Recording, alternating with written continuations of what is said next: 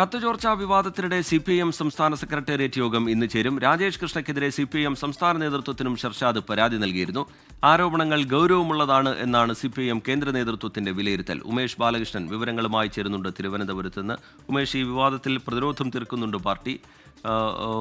വളരെ വിശദമായ ചർച്ച സെക്രട്ടേറിയറ്റിൽ ഉണ്ടാകാനുള്ള സാധ്യതയുണ്ടോ? ഇതിനോടകം തന്നെ നിയമ നടപടികളും തുടങ്ങിക്കഴിഞ്ഞിട്ടുണ്ട്. സെക്രട്ടേറിയറ്റ് ഈ വിഷയത്തെ എങ്ങനെ കാണാനാണ് സാധ്യത? ഉമേഷ് ബാലകൃഷ്ണൻ.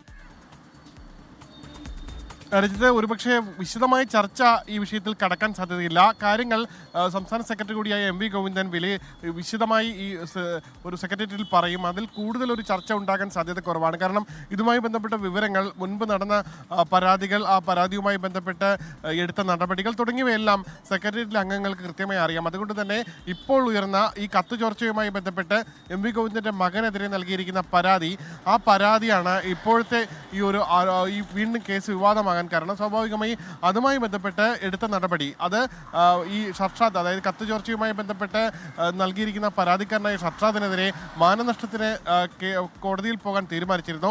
കേന്ദ്ര നേതൃത്വത്തിന്റെ കൂടി അനുമതി കൂടിയാണ് അത്തരമൊരു തീരുമാനം എം വി ഗോവിന്ദൻ എടുത്തത്. ആ സാഹചര്യത്തിൽ അക്കാര്യങ്ങൾ ഇന്നത്തെ യോഗത്തിൽ വിശദീകരിക്കാനാണ് സാധ്യത. അതേസമയം മാധ്യമങ്ങൾക്ക് മുന്നിൽ വിശദമായ ഒരു പ്രതികരണത്തിന് ഇതുവരെ എം വി ഗോവിന്ദൻ തയ്യാറായില്ല. അത് ഇന്നുണ്ടാകുമെന്നാണ് പ്രതീക്ഷിക്കുന്നത്. സ്വാഭാവികമായി സംസ്ഥാന നേതൃത്വത്തിന്റെ കൂടി ഒരു വിശദീകരണം നൽകിയ ശേഷമായിരിക്കും മാധ്യമങ്ങളോട് ഇത് പ്രതികരിക്കാൻ സാധ്യത. എന്തായാലും രാജേഷ് കൃഷ്ണ വിഷയം, അത് കേന്ദ്ര നേതൃത്വം രാജേഷ് കൃഷ്ണയുമായി ബന്ധപ്പെട്ട് ഷർഷാദ് ഉന്നയിച്ച ആരോപണങ്ങൾ, അത് ഗുരുതര വിഷയമാണ് എന്ന നിലപാടിൽ തന്നെയാണ് കേന്ദ്ര നേതൃത്വം ഉള്ളത്. എങ്കിലും അതിനുശേഷം എം വി ഗോവിന്ദൻ്റെ മകനെതിരെ ആരോപണം ഉന്നയിക്കുകയും ആ ആരോപണം ഉന്നയിച്ച വിവരങ്ങൾ മാധ്യമങ്ങൾക്ക് പുറത്തു നൽകുകയും ചെയ്തതിൽ ഷർഷാദിന് കൃത്യമായ ലക്ഷ്യമുണ്ടെന്ന് പാർട്ടി വിലയിരുത്തുന്നുണ്ട്.